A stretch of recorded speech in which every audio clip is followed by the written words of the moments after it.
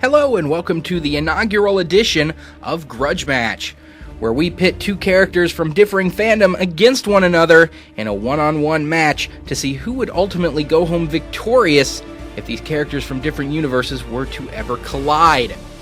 In this first matchup, we have one for the ages. It's a classic DC Marvel showdown between the Princes of the Deep, the Kings of Atlantis, on Marvel's side, Namor, and on DC side, Aquaman.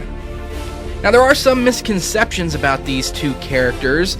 A lot of people seem to think that Namor is actually a direct ripoff of Aquaman in most respects.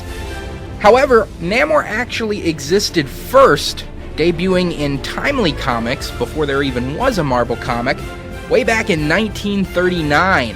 Aquaman didn't show up until 2 years later in 1941. Now, this doesn't necessarily mean that one is a ripoff of another. However, more likely that just great minds think alike, creating parallel characters that had a lot in common. So now we go to the actual matchup and look at some different stats. On Namor's side, starting with his strength level, it is actually quite high. Namor has been depicted as fighting some of the heaviest hitters of the Marvel Universe multiple times. He's gone toe-to-toe with the Hulk a number of times, and more often than not, has walked away the victor. His strength outside of the water while on land is expected to be around 100-ton class. However, when he goes into the water, his strength increases exponentially, and it's virtually unlimited. On the other side of things, Aquaman also has an incalculably high level of strength while underwater. At certain times, he's been seen to lift or move objects underwater over 10,000 tons. However, when he is outside the water, his strength also diminishes, much like Namor's. Outside of the water, Aquaman is rated as being able to lift about 60 tons. So that's a good amount less than Namor is capable of. However, where Aquaman makes up for this shortcoming is where speed is concerned. While swimming, Aquaman has been seen to be able to move at about 150 knots, an incredibly fast pace through the water.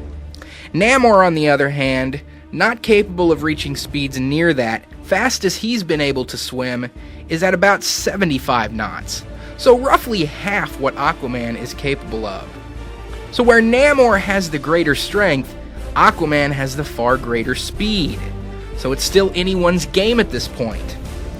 So now let's move on to durability of these two characters. On Namor's side, he's been seen to be completely bulletproof, has been able to withstand falls from orbital heights and sustain virtually no injury, as well as taking powerful energy blasts from various foes, all without sustaining much injury at all.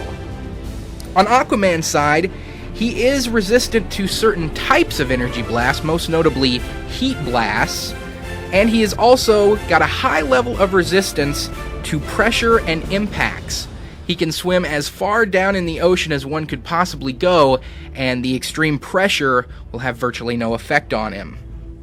He seems to have a problem, however, with puncture-type injuries. When he gets shot, even by small caliber weapons, they do cause flesh wounds to him.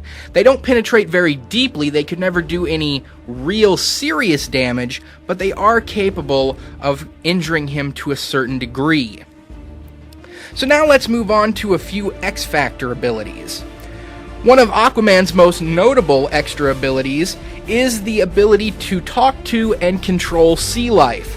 He's been shown many times summoning schools of sharks or whales. It's often believed that Namor does not have this particular ability. However, that is another misconception of the character. Namor does possess the ability to talk to sea life, he just rarely uses it, focusing more often on getting down and dirty and using his own fists. But he does possess this ability, but it also could be said that Aquaman possesses it to a greater degree, if nothing else just by virtue of the fact that he uses it more, so he's more comfortable with it as a tool for helping him win a fight. Also, Aquaman has been shown to be an expert fighter and a tactician. He's been around for well over 60 years, fighting various enemies. But then also Namor has as well. Namor actually has wartime experience. If you've ever read any of the Invader comics that had to deal with World War II, Namor was on a team with Captain America, the Human Torch, and several others fighting the Nazis way back then. In addition to those tactical abilities, Namor has a bit of a mutant ability coming into play as well. He actually has the ability to fly. Now, this is attributed to him being a mutant in the same way that Wolverine or Cyclops is a mutant, because neither Atlantean nor humans possess the ability to fly.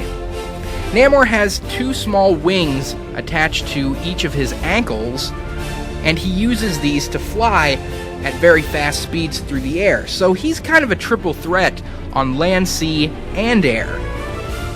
Now, obviously, a matchup between these 2 characters would take place underwater and maybe even make it onto land, but Aquaman would never be a character who would take to the sky, so that might not come into play too much.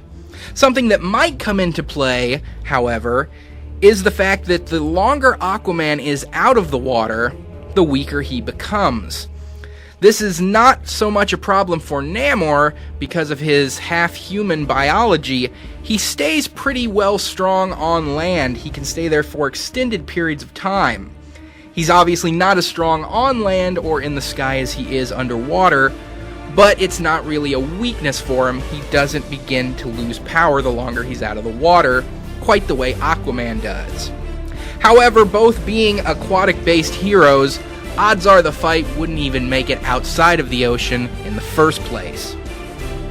So now we come to the conclusion of this matchup. The strengths and weaknesses have been looked at and calculated, and a winner has been determined. That winner is Namor. Marvel's Prince of Atlantis, the Imperious Rex, the first mutant, is the victor of this contest. His strength and durability just proved to be too much, and Aquaman's enhanced speed would only really allow him to escape before he would get beaten, and that's not really a way to come away as a clear victor by escaping the fight. In the end, the Submariner, Namor, takes home the gold. Feel free to leave any comments or suggestions for upcoming Grudge matches, and thanks for watching this first edition of Grudge Match.